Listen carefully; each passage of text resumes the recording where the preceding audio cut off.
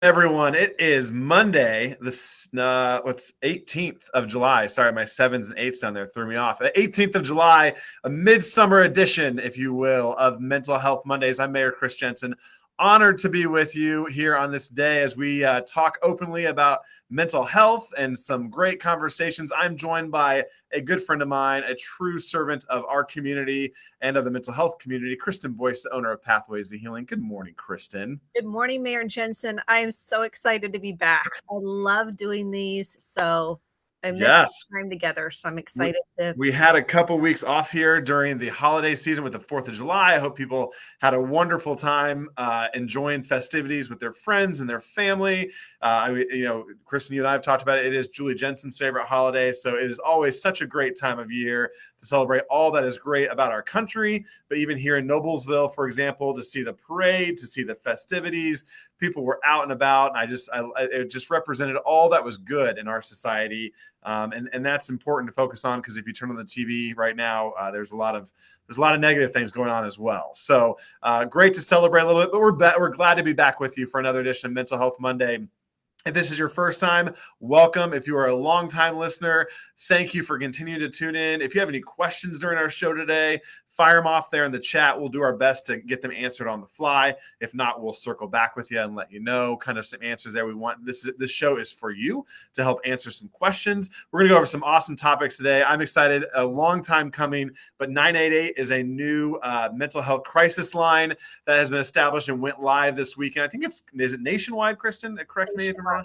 Nationwide. So we're going to talk a little bit about that and how really that effort right there is just one more step to mainstreaming the conversation around mental health, making it as just as important as, say, 911, which we all know and rolls off the tongue. So we're going to talk a little bit about that. Then we're going to talk about some family dynamics. Ooh, good family dynamic conversation. Got to love that in the middle of summer as we go into back to school time, as we go into the fall season and then holidays, gearing up some conversation around family and patterns and dynamics. And we have all those things, don't we? I know at least we do it at the Jensen household. I'm sure they do it at the Boyce household as well. So every family's got it. Every family's got it. So, hey, before we start that conversation, though, let's go through some square breathing exercises to right our mind and our body for this conversation. Take it away, Kristen.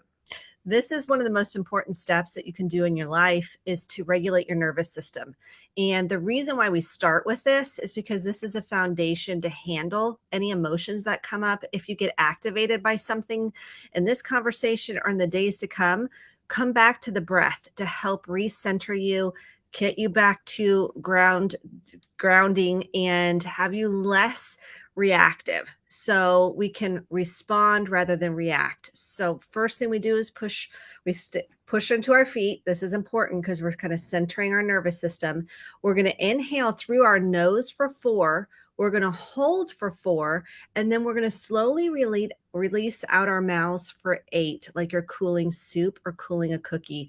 I recommend doing this 4 to 5 times, and more if you need it, an hour. So when you do feel activated, you'll remember what to do. And I even have a Post-it note on my mirror that says breathe. So my brain can kind of cue my brain to remember, because in the heat of the moment, guess what? This gets hard to do. So I'm making it sound real easy right now. That's why I invite you to practice this. This becomes a practice. So let's do a couple of breaths together. We'll do 2 breaths. Center into your feet. And if you're standing, you can press into your feet. Deep inhale through your nose. Hold. And release.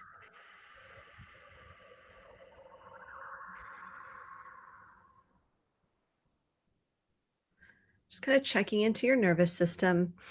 I can already feel a difference just even with one breath. So pressing into your feet, big deep inhale. Hold.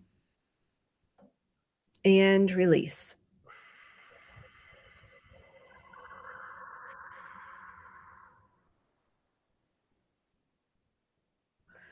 Something I have to tell myself often when instead of giving a response to one of my kids or my husband, I just tell myself, just don't say anything, just breathe.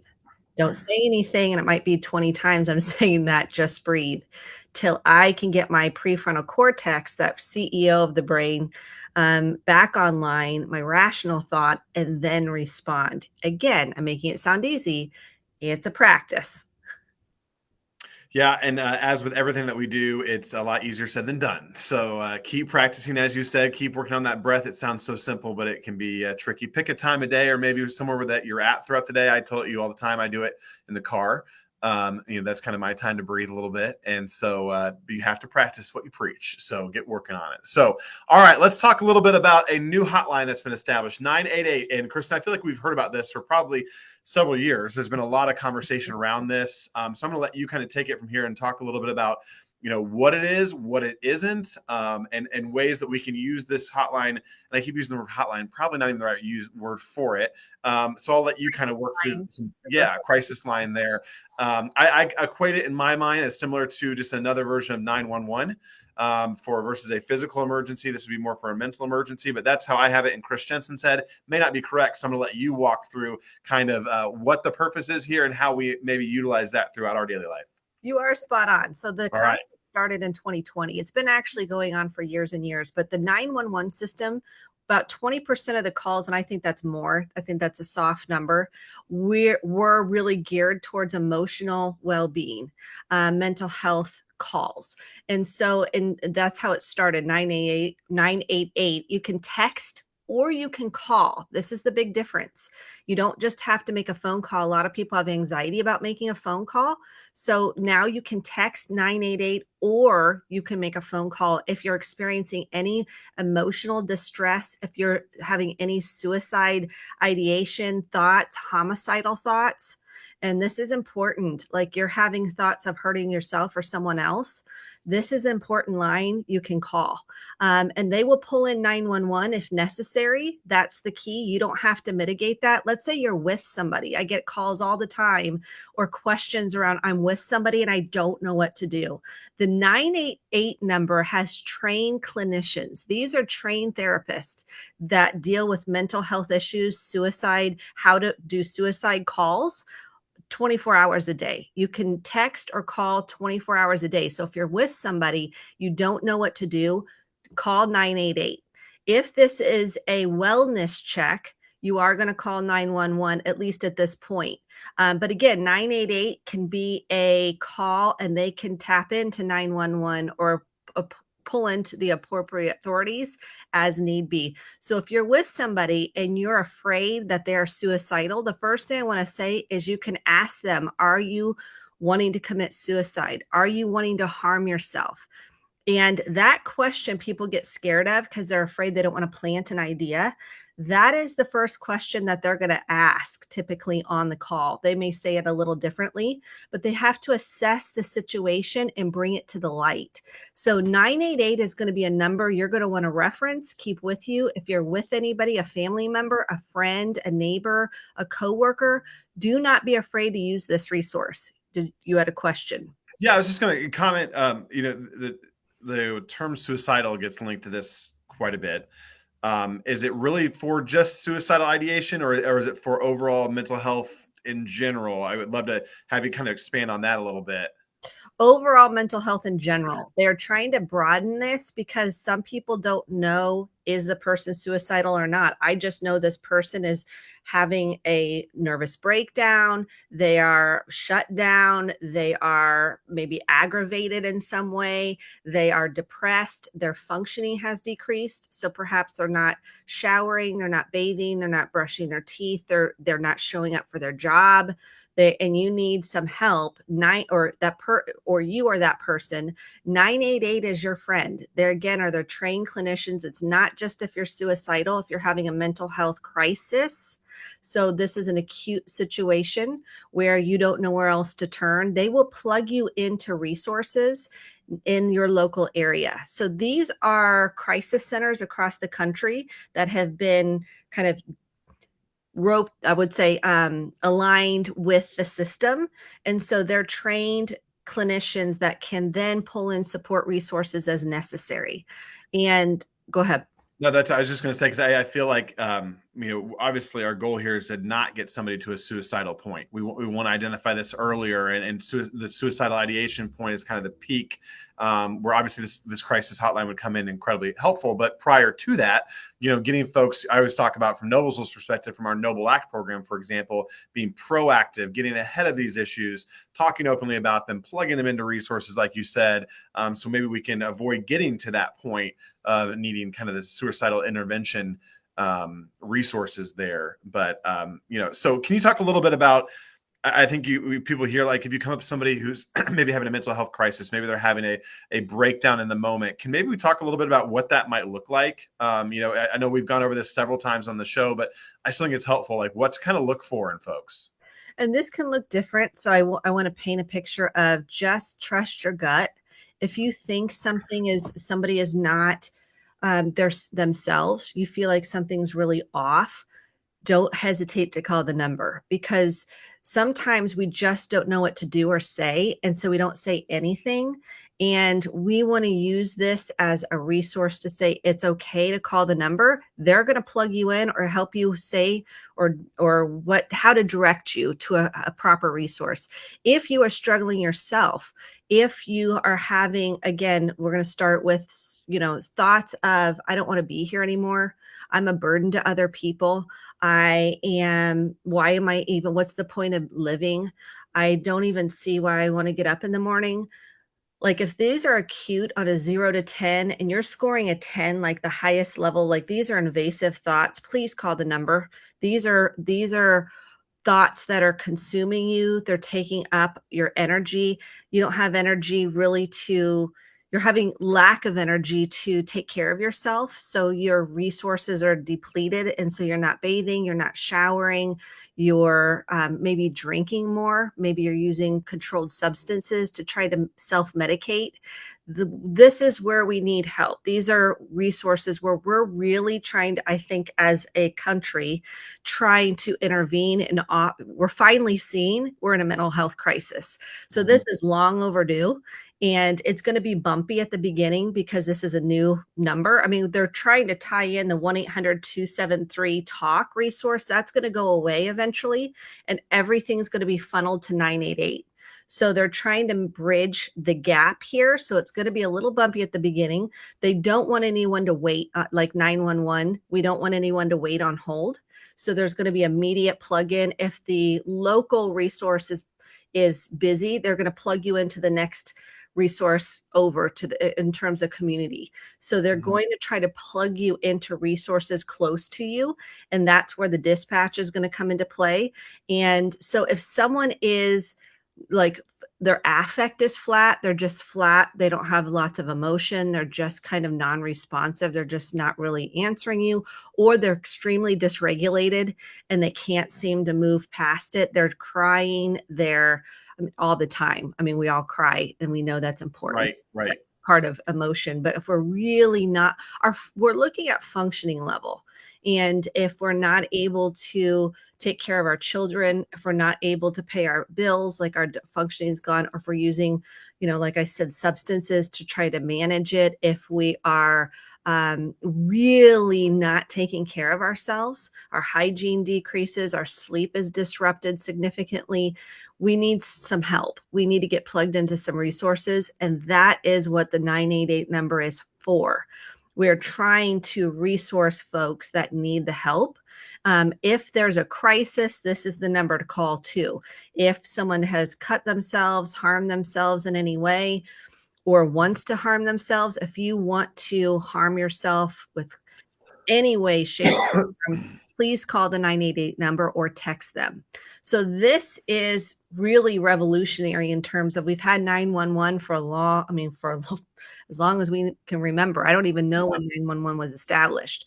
So now that we have 988, we now have this resource to really help get resources where they need to be for folks.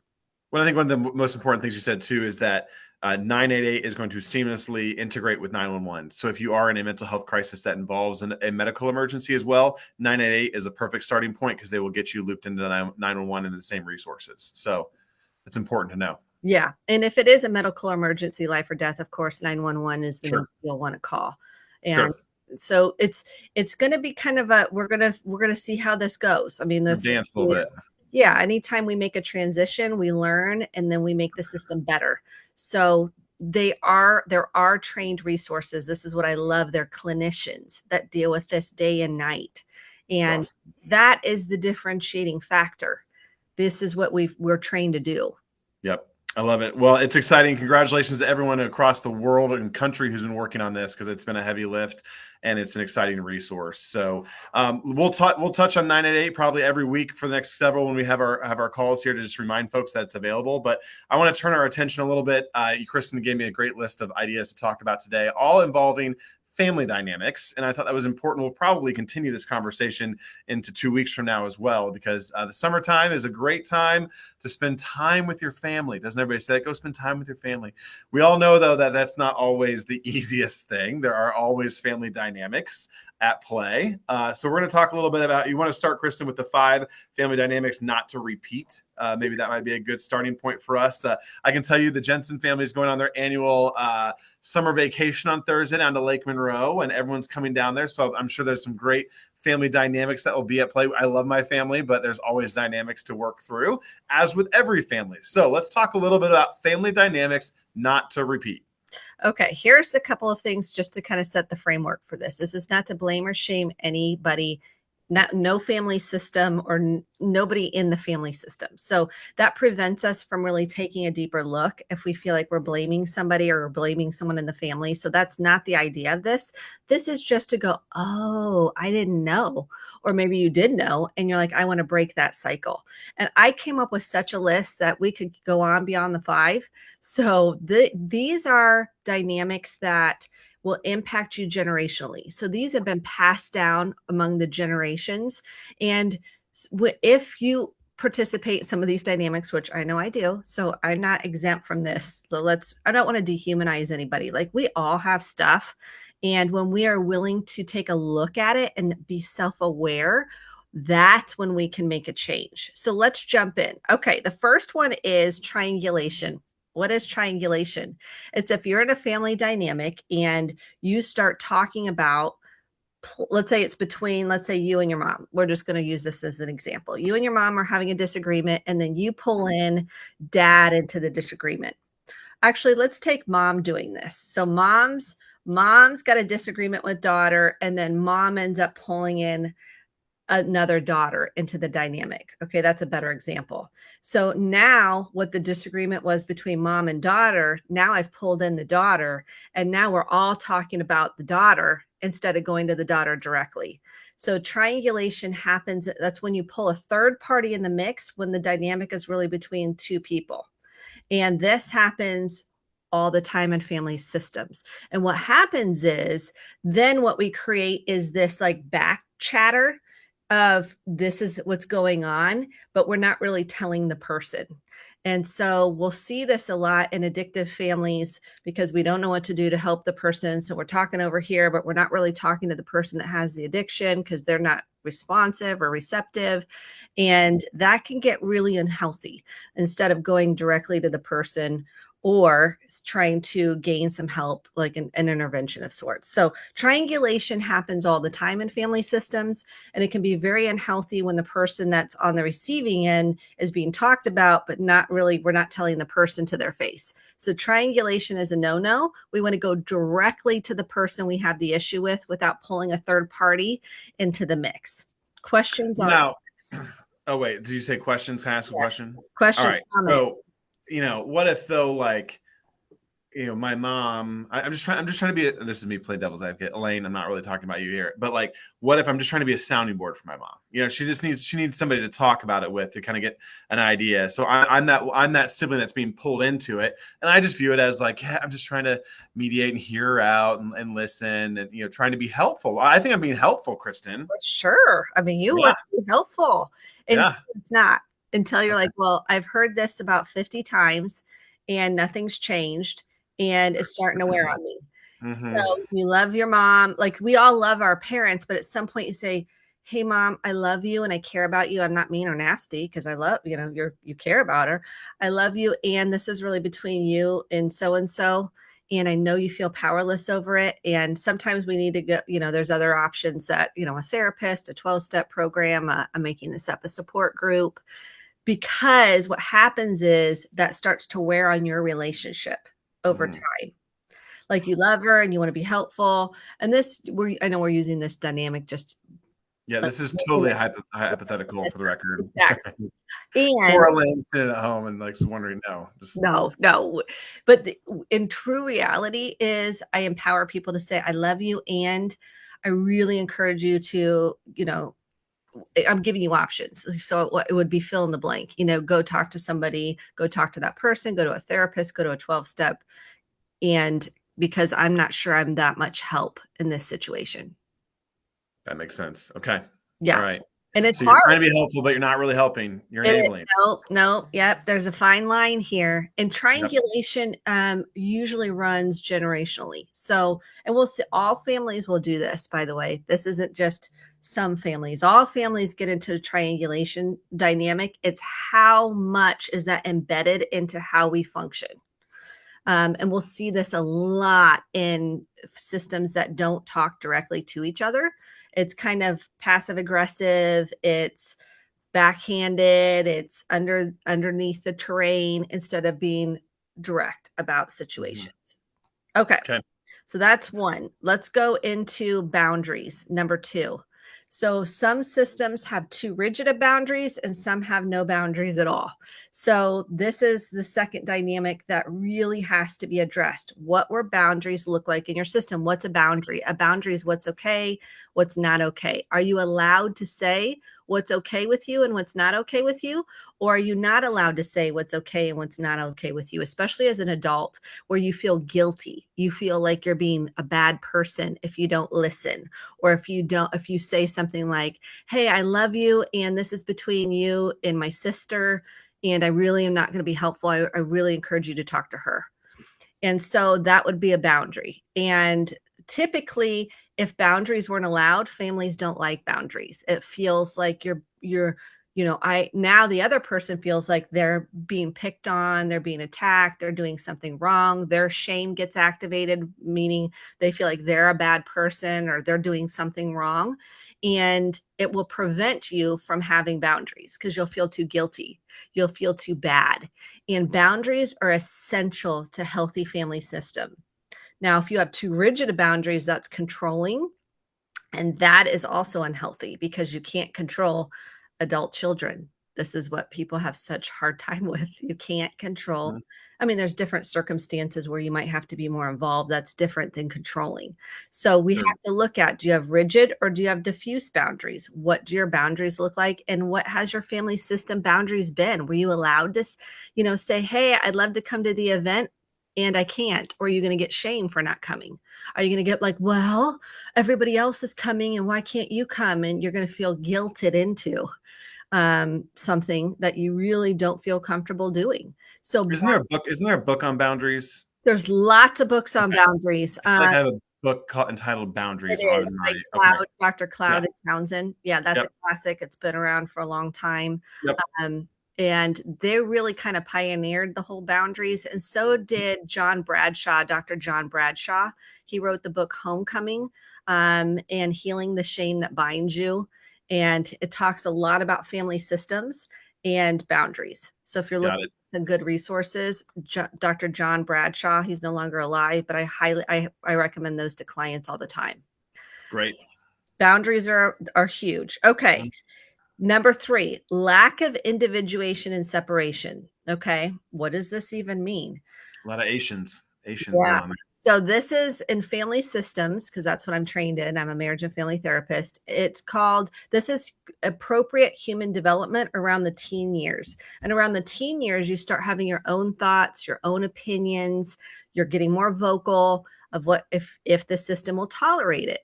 Of what you like, what you don't like. You're kind of questioning some of the conditioning, the programming, the beliefs to try to see, does this fit for me?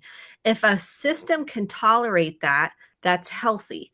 It's healthy to question things. It's healthy to go, does this, what does this mean? And why do we believe this? And how do I feel about it? What does this bring up for me? Ask questions about things. That's healthy to be able to question things.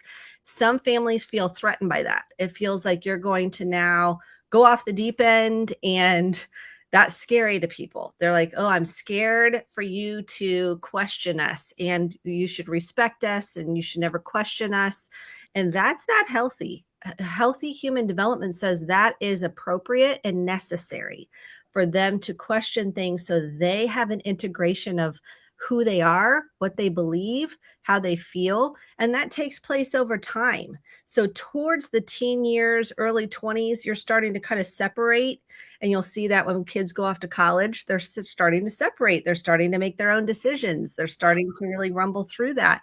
And if you do not get to do that, you will have what's called arrested development. So I'll have some people in my office that really feel emotionally 12, and they'll say, I feel like I'm a teenager, but they look like they're 50 or 60, but they never got to have their own thoughts and feelings. So they went from their parents and they got married right away, or they went from one system, which was their family system, to another system that kind of looked the same, and they never got to explore who they really were.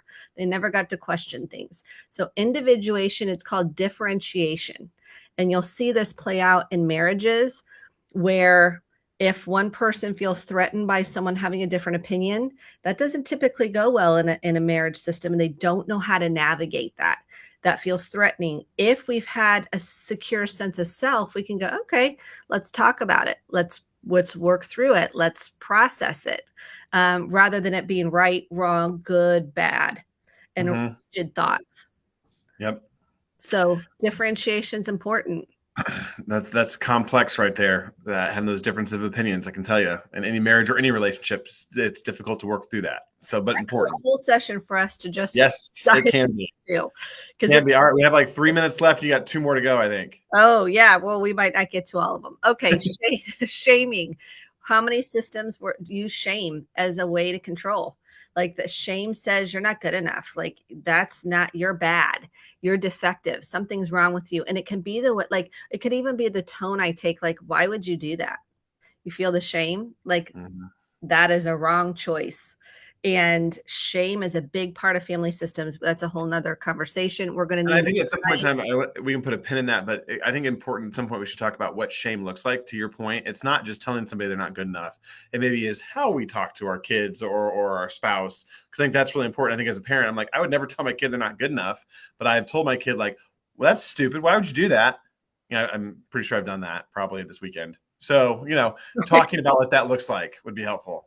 Oh, and my look on my face, and they'll go, why are you? And see, I've taught my kids what shame is, and like, you're shaming me. And I'm like, oh, this is coming to bite me. Yeah. Should not have given away the textbook on that one. Huh? Yeah. And they'll go, and so you go that would be a great conversation to break down further, because it can be my facial expressions. It can be like, like, what are you doing? That can look, that can land to shame rather than being helpful. Okay. How are we doing? We're good. Okay. The last one that I really think is important is projection. So how often do we put what I feel onto somebody else, and we're convinced they feel that way? So for example, I might feel scared for my kid to start first day of school. Okay. They may not feel scared, but I'm scared. I'm like, how are you feeling? Are you feeling scared? Are you nervous? Are you nervous? No one's going to sit with you. Well, I wasn't until you started talking to me. And my anxiety is getting projected instead of me going, ooh, I'm feeling really nervous about the first day of school. It brings up my first day of school. Let me take some breaths. I might need to journal about that. I might need to process with a therapist. I might need to do my own work around it. So I'm not putting that anxiety onto my kid. We do this all the time. Or in sports, if we really wanted to do well in sports or theater or band, I'm making it, whatever it was, and we never felt good enough, then we can put that pressure on our kid and be like, well, what could you have done better? What do you, and that's called projection, where I want my kid to do so well because then I feel secure. It doesn't bring up my fear and my shame. So projection can play out in such subtle ways and it can play out in bigger ways. And that's a huge one that I think we're going to probably need to dive into these a little bit deeper, but that gives you a high level overview.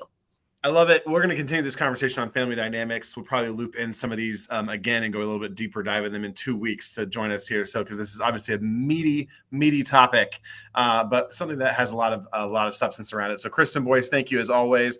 Again, 988 is the number to go to. Kristen, anything else? Any other resources that people need to know about before we leave here today? We have Prevail here locally. If you're going through any kind of domestic emotional abuse, please get in contact with Prevail. And then there's a resource page on the City of Noblesville website. Yep. So if you need resources, there's a whole list of resources that can be helpful in whatever area you might need help in terms of mental health. It's awesome. Well, again, Kristen Boyce, thank you as always for donating your time here this morning to walk us through this conversation. We'll continue the conversation around family dynamics in 2 weeks. In the meantime, stay safe, Noblesville. And again, Kristen, thank you so much. Thank you so much.